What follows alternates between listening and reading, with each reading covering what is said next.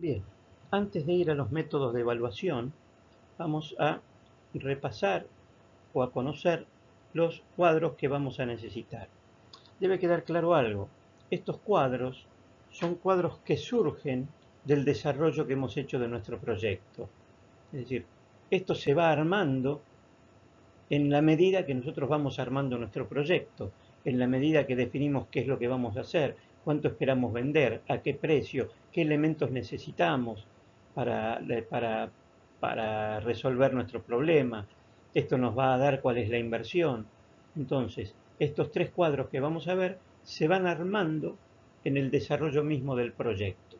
No es que vamos a tener que inventar nada, sino que del proyecto vamos a tomar los datos para confeccionar los cuadros.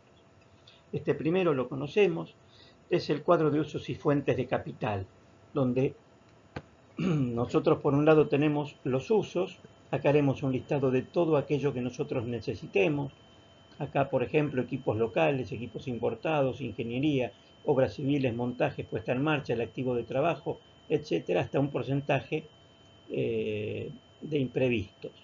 Y lo dividiremos en inversiones en pesos y en inversiones en dólares o en divisas.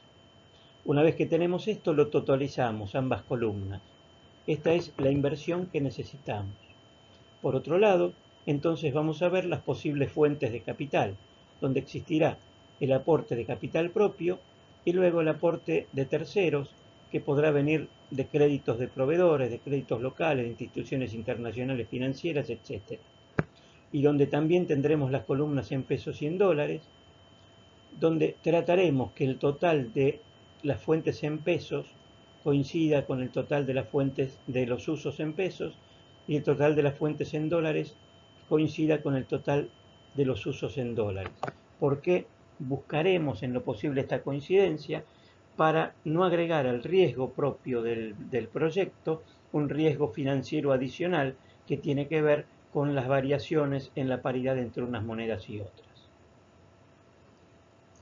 El segundo cuadro que vamos a usar es el cuadro de resultados proyectados, que es el cuadro de resultados tal como lo habíamos visto, no hay ninguna novedad, ingreso por venta menos los costos variables nos da la contribución marginal, restamos los costos fijos, las amortizaciones, nos da la utilidad antes de honorarios, impuestos e intereses, restamos los intereses, restamos los honorarios, restamos el impuesto a las ganancias, llegamos a la utilidad económica neta. Este cuadro de resultados se hará desde el primer periodo en el cual el proyecto comience su operación hasta el final de la vida del proyecto. Es decir, nosotros haremos el cuadro de resultados en la etapa operativa. Por supuesto, no habrá un cuadro de resultados en la etapa que sea solo inversión, porque desde luego no tendríamos ningún tipo de ingresos. Y el tercer cuadro que vamos a necesitar, y aquí tenemos el tercer cuadro que vamos a necesitar, que es el flujo de fondos proyectado, que este sí es nuevo. En este flujo de fondos lo que nosotros vamos a mostrar son los egresos y los ingresos de dinero que tiene el proyecto. Esto lo haremos año por año. Es decir, no es que vamos en esta etapa a hacer el flujo de fondos de cada mes. Directamente es año por año. Y se va a considerar que todos los ingresos y que todos los egresos se producen en el último instante de cada año. De forma que entre un año y otro, acá por ejemplo tenemos 0, 1, 2, 3, entre cada uno de ellos hay siempre un año de plazo. Entonces, empecemos por los egresos. ¿Qué es lo que vamos a poner en egresos? Las inversiones en todo lo que sea activo fijo, las inversiones en todo aquello que sea activo de trabajo, crédito fiscal, honorarios al directorio e impuesto a las ganancias.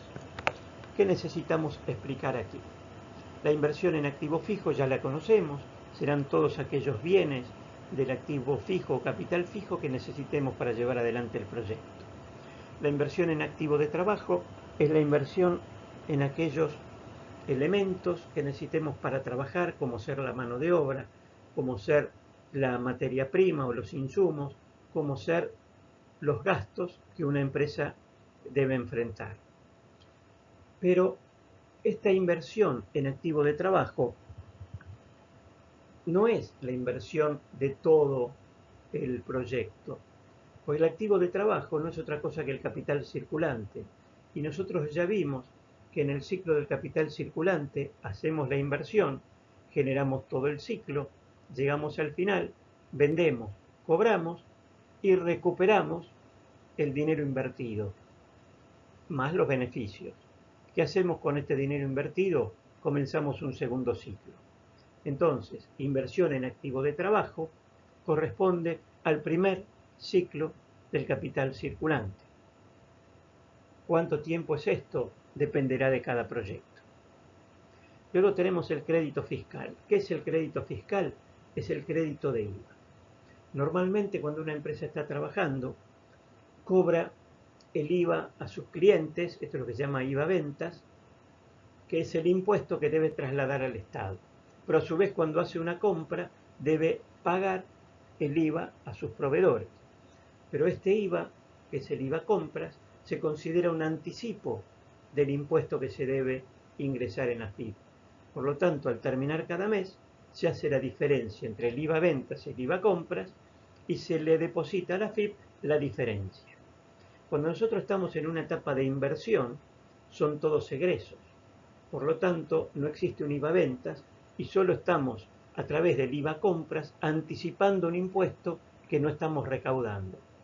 Por lo tanto, ese IVA que vamos pagando en la etapa de inversión queda como un crédito fiscal. Es decir, debemos pagarlo, pero lo vamos a recuperar más adelante. El resto, honorarios al directorio, impuesto a las ganancias, entiendo que son claros. Después tenemos los ingresos. Cuando hablamos de ingresos, lo primero que tenemos son las utilidades económicas. Luego amortización del capital fijo, recupero del crédito fiscal, recupero del activo de trabajo y recupero del valor residual del activo fijo. Como ven, no estamos poniendo como ingresos los ingresos por ventas. ¿Por qué? Pues si nosotros pusiéramos en el flujo de fondos el ingreso por ventas, en el lado de los egresos tendríamos que poner todos los egresos o salidas de dinero. En cambio, como la utilidad es, en definitiva, ingresos menos egresos, nosotros al poner las utilidades ya tenemos concentrado o resumido todos los ingresos y egresos operativos de la empresa. Pero estamos cometiendo un error. Este error que estamos cometiendo al poner las utilidades es que dentro de los costos que nosotros descontamos a los ingresos para obtener la utilidad, hay algunos que son no erogables, o sea, son costos, pero no salida de dinero, como por ejemplo la amortización. ¿Cómo salvamos este error? Bien, pues considerando, como se ve en la siguiente columna, que las amortizaciones del capital fijo representan también un ingreso de dinero. Entonces, al poner como ingresos las utilidades por un lado y las amortizaciones por el otro, hemos salvado ese pequeño error que estábamos cometiendo. Y además, esto nos deja ver claramente lo que en algún momento hemos hablado, cuando hablábamos del capital, que las utilidades, o al menos aquella parte de las utilidades que no se reparten entre los socios, en un proyecto se considera que las utilidades siguen trabajando en el proyecto. Y la amortización del capital fijo se utilizan como fuentes de financiación del propio proyecto. Por eso las tenemos como ingresos al proyecto. Luego, en la tercera columna, tenemos el recupero del crédito fiscal, es decir, el recupero de este crédito que nos había dado la AFIP por anticiparle impuestos que en realidad no habíamos cobrado. Luego viene el recupero del activo de trabajo. En el último año del proyecto, nosotros hacemos el último ciclo de capital circulante. Al terminar este ciclo, una vez más recuperaremos la inversión en capital circulante o activo de trabajo más el beneficio. El beneficio lo tenemos en las utilidades económicas y como no va a seguir el proyecto, este recupero de activo de trabajo queda como un ingreso final del proyecto. Y de la misma forma, al terminar el proyecto, nosotros nos desprenderíamos de los activos fijos. Por lo tanto, el otro ingreso del proyecto será el recupero del valor residual del activo fijo, o sea, el valor que el activo fijo tenga en ese periodo N donde termina el proyecto. De esta forma tenemos total de egresos por un lado, total de ingresos por otro. Y con estas columnas hasta acá, hasta este total, nosotros estaríamos en condiciones de hacer la evaluación del proyecto sin tener en cuenta cómo se lo esté financiando, ya que ven que no hemos hablado hasta aquí nada de la financiación.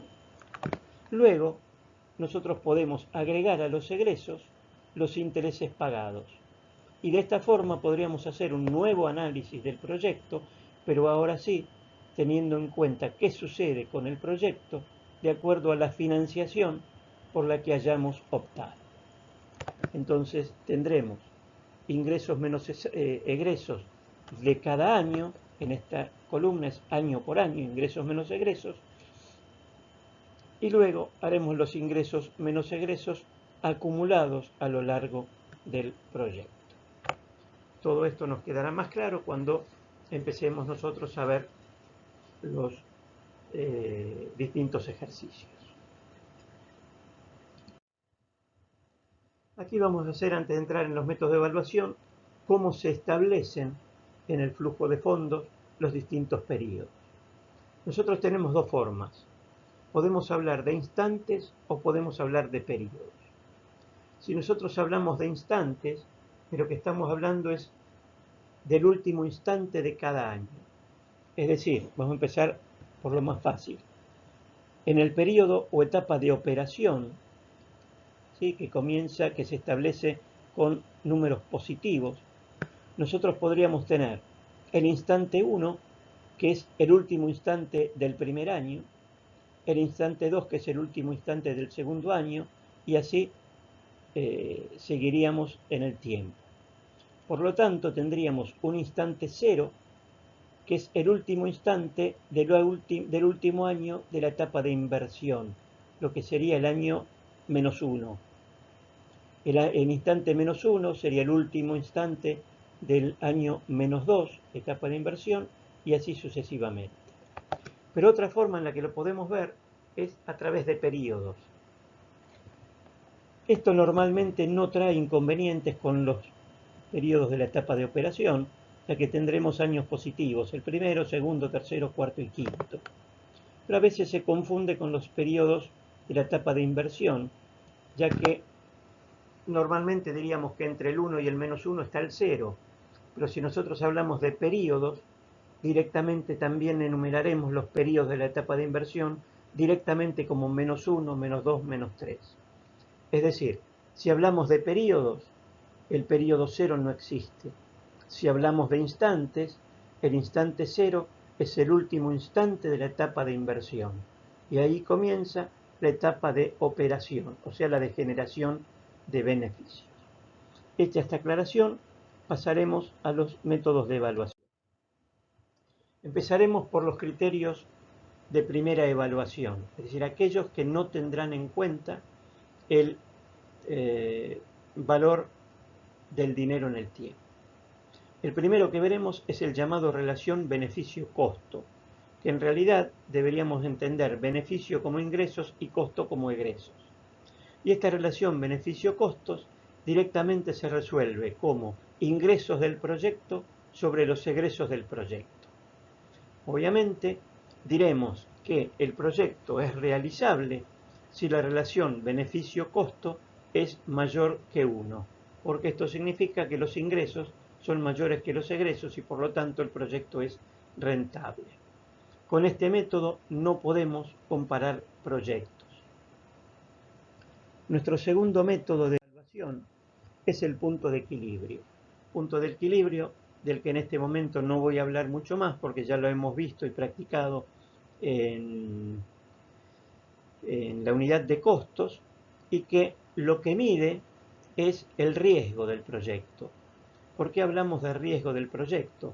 Porque nos dice en qué momento o en qué cantidad nosotros habremos cubierto todos nuestros costos y a partir de ahí tendremos beneficios. ¿Qué es lo que buscaremos? Que el punto de equilibrio sea lo menor posible, lo que indicaría que el riesgo del proyecto es menor. Con este método nosotros podemos evaluar si el proyecto es realizable o no y también podremos comparar distintos proyectos donde elegiremos como más viable o como preferible aquel cuyo punto de equilibrio sea el menor. El siguiente método que tenemos es el periodo de recupero sin actualización de fondos o payback, que nos indica cuántos periodos deben pasar hasta recuperar el capital invertido. Supongamos que nosotros ya habíamos hecho nuestro flujo de fondos y habíamos sacado el saldo, es decir, la diferencia entre ingresos y egresos. Recuerden que en el flujo de fondos habíamos dicho que tenemos los saldos anuales, es decir, los saldos de cada año, y los saldos acumulados. Entonces, en nuestro ejemplo tenemos para el periodo, para el instante cero, un saldo de menos 500. Recuerden que es negativo porque estamos en la etapa de inversión, o sea, son todos egresos. Y a partir de ahí empezamos a tener flujos positivos. 100 para el primer año, 150, 250, 3 y 350. A partir de acá sacamos los saldos acumulados. Obviamente para el instante 0 es menos 500, para el instante 1 menos 500 más 100 nos da menos 400, para el 2 menos 400 más 150 menos 250 y así seguimos hasta el final del proyecto. Si nosotros ahora miramos, habíamos invertido 500 pesos y al finalizar el tercer año tenemos un saldo de 0. ¿Esto qué significa? Que al finalizar el tercer año hemos recuperado nuestra inversión. Por lo tanto, lo que vamos a decir es que el periodo de recupero es de 3 años. Por supuesto, no siempre se va a dar justo al finalizar un año, con lo cual nuestro periodo de recupero podría haber sido 3 años y X cantidad de días. ¿Cuándo va a ser aceptable un proyecto por este método?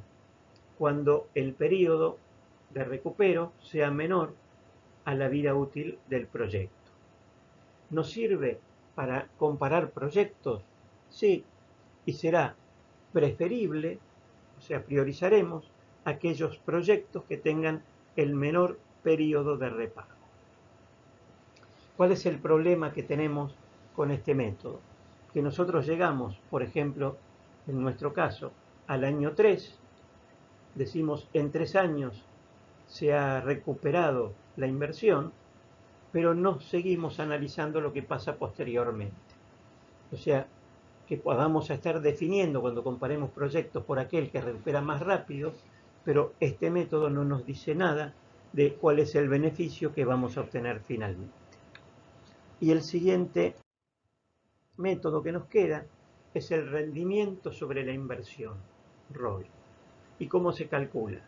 Se calcula como la sumatoria para cada uno de nuestros periodos de la utilidad antes de honorarios e impuestos por 1 menos la tasa de impuesto a las ganancias. Y esto dividido la inversión total y el número de periodos que tiene el proyecto. Por supuesto, como la ROI se calcula en porcentaje, lo multiplicamos por 100. Aquí debemos tener en cuenta que el número de periodos que estamos considerando son todos aquellos periodos de la etapa de operación, es decir, periodos en los cuales hemos tenido utilidad. El proyecto será aceptable cuando la ROI que calculemos sea superior a la que nosotros hayamos deseado, o sea, a nuestra tasa de costo de oportunidad. Si queremos comparar proyectos, tendremos que priorizar los que tengan mayor ROI. ¿Cuál es el inconveniente? Que no tiene en cuenta el costo de capital. En todos estos métodos que hemos visto hasta acá de primera evaluación, todos tienen la misma falencia, que es que ninguno de ellos tiene en cuenta el valor del dinero en el tiempo. Y ahora vamos a ver los criterios de evaluación final, es decir, aquellos que tienen en cuenta el valor del tiempo, del dinero a lo largo del tiempo. El primero que vamos a ver es el periodo de recupero, pero ahora con actualización de fondos. Es decir, es similar al que habíamos visto en los métodos de primera evaluación, pero fíjense que ahora los saldos anuales que teníamos, menos 500, 100, 150 y así hasta el quinto año, los hemos descontado. Es decir, ¿qué significa? Consideramos estar parados en el instante cero. Fíjense que mantenemos como saldo descontado el mismo del saldo anual, pero los demás los trasladamos a través de la fórmula de valor presente que habíamos visto en matemática financiera, aquella que nos decía que el valor presente es igual al valor final sobre 1 más i a la n, siendo i la tasa de interés y n la cantidad de periodos que estamos actualizando. Por lo tanto, si nosotros tomamos el primero y decimos que el valor final es 100, lo dividimos por 1 más 0,1 a la n, que es 1 porque tenemos un solo periodo, nos va a dar 91. Si yo tomo el periodo 2, hago algo similar. 150 dividido 1 más 0,1, pero ahora es elevado al cuadrado porque son dos periodos. Y así hasta el año 5, donde yo diré que es 350 dividido 1 más 0,1 elevado a la quinta, porque estoy actualizando 5 periodos. Y eso me da los que llamamos saldos descontados o valores actualizados. Entonces tenemos menos 500, ahora es 91, 124, 188, 205, 217. Como ven, al actualizar el valor del dinero, estoy en una situación más ajustada que la inicial. Y ahora hacemos el mismo proceso que antes, pero con los saldos descontados. Yo tenía 500, entonces el saldo acumulado en el instante cero es menos 500, más 91 menos 409, más 124 menos 285, y así llego hasta el periodo 4, vengo con menos 97, sumo 205, me da 108. Por lo tanto, ahora, si yo calculo, tengo que el periodo de repago es de 1, 2, 3 años, y aquí tendré que hacer el cálculo de cuántos días. Simplemente lo haré con una regla de 3. Es decir, si yo voy a recuperar 205 pesos en 365 días, ¿cuánto voy a demorar en conseguir 97? Eso es todo. Y así saco el periodo de recupero. La forma de analizarlo es igual que antes. Para ver si el proyecto es realizable, el periodo de recupero debe ser menor que la vida útil del proyecto, y si comparo proyectos es preferible el del menor periodo de recupero. Otra vez el problema que tiene es que no tiene en cuenta los flujos posteriores, es decir, no tiene en cuenta cuál va a ser el beneficio final que voy a obtener. Luego pasamos a un criterio que se usa cuando los proyectos son de distinta duración. Es el costo equivalente anual. Aquí tenemos una fórmula que dice que el costo anual equivalente es igual a K por I por 1 más I a la N sobre 1 más I a la N menos 1, donde K es la inversión total, I es la tasa de interés y N la cantidad de periodos que tiene el proyecto. Como les dije, esto se usa cuando los proyectos son de distinta vida útil. ¿Qué significa este costo anual equivalente? Sería el monto que yo debería invertir en cada año del proyecto para obtener el mismo beneficio que si yo toda la inversión la tuviera que hacer inicialmente. Haciendo este cálculo, me independizo de la cantidad de años y elegiré el proyecto que tenga menor CAE, o sea, menor costo anual equivalente. Y finalmente vamos a los métodos que son en realidad los más importantes. Los métodos que tienen que ver con el flujo de fondos descontados. Son dos: el VAN, valor actual neto, y la TIR, o tasa interna de retorno. Vamos a definir primero qué es el VAN, qué es el valor actual neto, o sea, cuál es el concepto.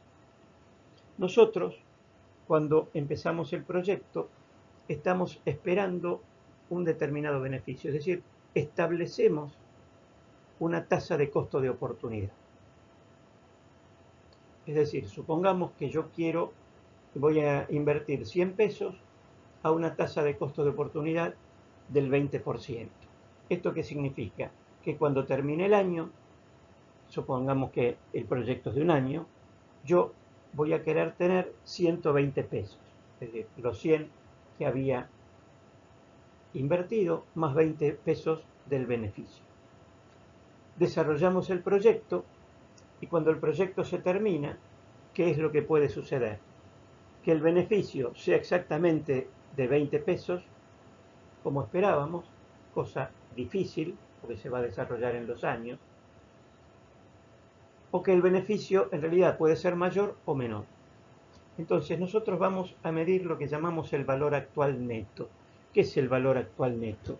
Es el beneficio adicional que el proyecto nos está dando sobre lo que nosotros esperábamos obtener. Es decir, acá, como vemos en el dibujo, yo obtuve un beneficio que es mayor que el deseado. La diferencia entre el beneficio del proyecto y el beneficio deseado es lo que vamos a llamar el valor actual neto.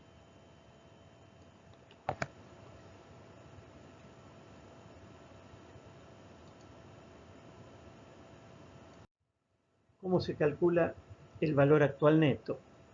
El valor actual neto se calcula como la diferencia entre el valor actualizado de los ingresos menos el valor actualizado de los egresos. Si nosotros ya hicimos nuestro flujo de fondos y calculamos los saldos, o sea, ingresos menos egresos de cada año, podríamos hacer el valor actualizado de los saldos. ¿Dónde? ¿Cómo hacemos para actualizar estos valores? Utilizando nuestra fórmula de valor actual o valor presente, es decir, el valor futuro sobre 1 más i a la n. ¿Cuál es el criterio de evaluación en este caso? El proyecto será factible si el VAN es mayor que 0. Recordemos que el VAN sería los beneficios que obtenemos por encima del deseado. Por lo tanto, si yo iba a hacer una inversión, mi inversión habitual sobre 100 pesos me da 20, si el VAN es mayor, significa que mi proyecto me está dando más de 20 pesos de beneficio. Por lo tanto, me conviene invertir mi dinero en este proyecto antes que en la inversión que yo hacía habitualmente, o la que le estaba pidiendo el proyecto. Si el VAN fuera igual a 0, significa que el proyecto me daría los mismos 20 pesos que yo hago con la inversión habitual. Por lo tanto, no tendría sentido que yo elija este proyecto y corra un riesgo desconocido. Y por supuesto, si el VAN fuera menor que 0, significa que no alcanza a pagarme el mismo beneficio que la inversión que yo habitualmente hago. En consecuencia, descartaría directamente el proyecto. Si yo quiero comparar proyectos, por supuesto, voy a elegir el de mayor VAN. Este método tiene un problema, que no permite comparar proyectos de diferente vida útil. El otro problema que tiene es que yo al proyecto los voy a estar analizando con una tasa de interés que yo voy a definir. Si yo soy el inversor, estaré analizando el proyecto a la tasa de costo de oportunidad. Si yo fuera el banco, estaría analizando el proyecto al valor de la tasa de interés que voy a cobrar por los créditos. O sea que el resultado de este método depende de la tasa con la cual yo calcule. Para independizarnos de esto, existe la otra parte de este método de flujos descontados, que es la TIR, o tasa interna de retorno. ¿La tasa interna de retorno qué es? se calcula como la tasa que hace el van igual a cero, o sea, la tasa que iguala los ingresos con los egresos.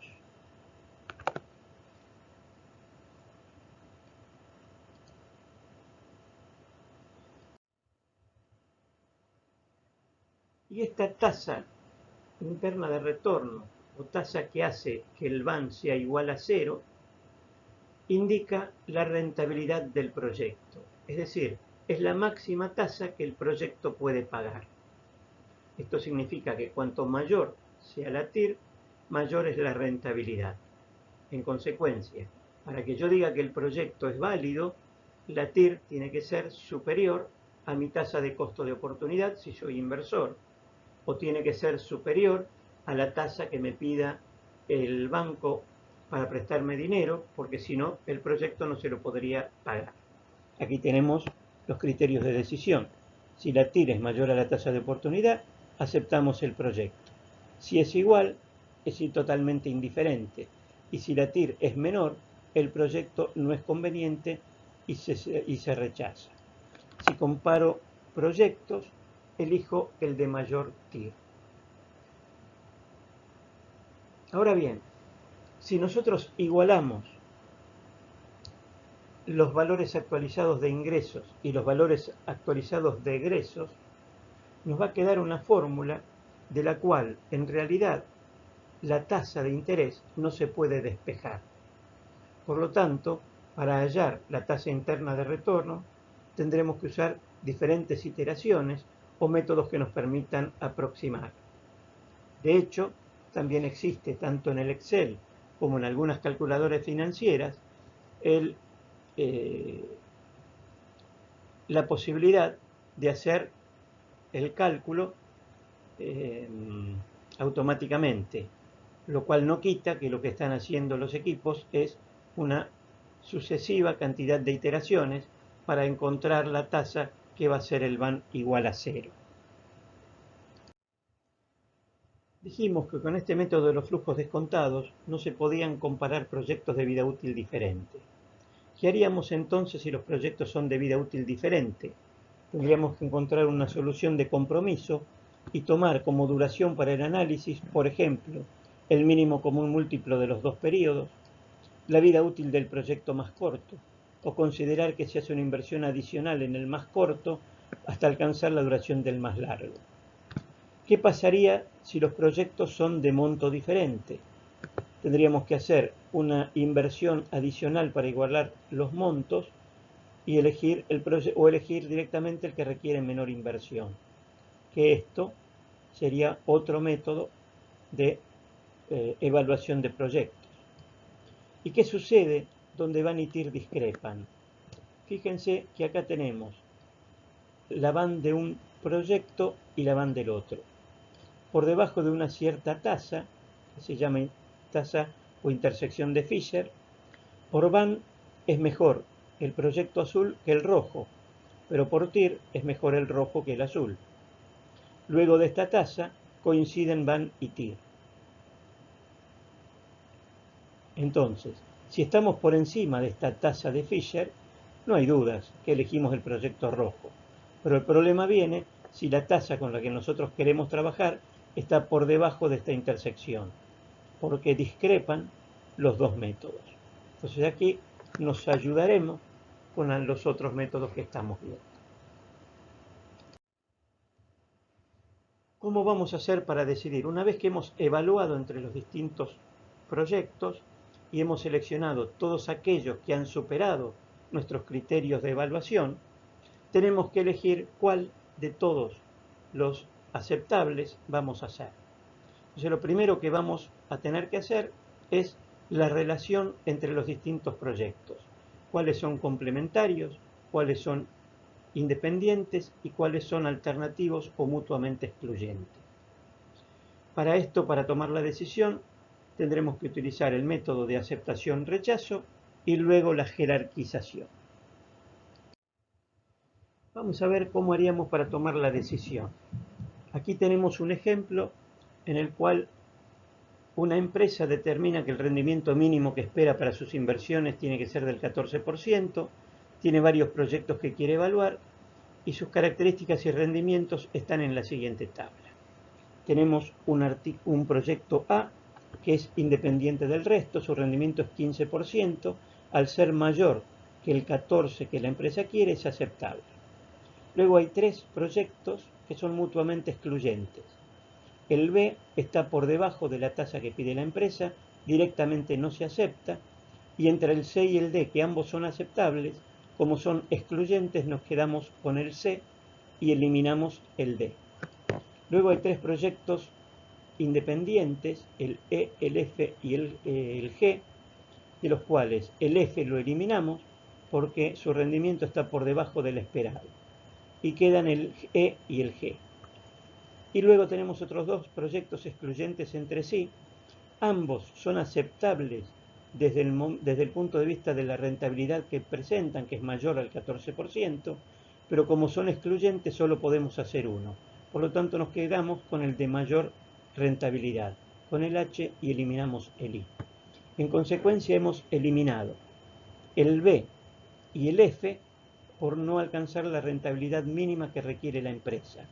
Y hemos eliminado el D y el I porque son mutuamente excluyentes de otros proyectos cuya rentabilidad es mayor. Una vez que hemos hecho esta decisión por aceptación y rechazo, entonces vamos a tomar la decisión de cuáles son los más convenientes. ¿Y ahora qué hacemos? Los ordenamos por su rendimiento, del de mayor rentabilidad o TIR a la menor rentabilidad. Entonces queda que haremos primero el C, el G, el H, el E y el A. Este es nuestro orden de prioridades. ¿Y ahora qué veremos? Que nos dice que la empresa tiene disponibilidad para invertir 34.000 millones de pesos. ¿Qué proyecto seleccionaría? Entonces tenemos que empezar siguiendo este orden: 10.000, 18.000, 25.000, 34.000. Haremos los proyectos C, G, H y E, dado que no hay más dinero. Y el proyecto A quedará en cartera para realizarlo en el futuro cuando tengamos dinero disponible para las inversiones.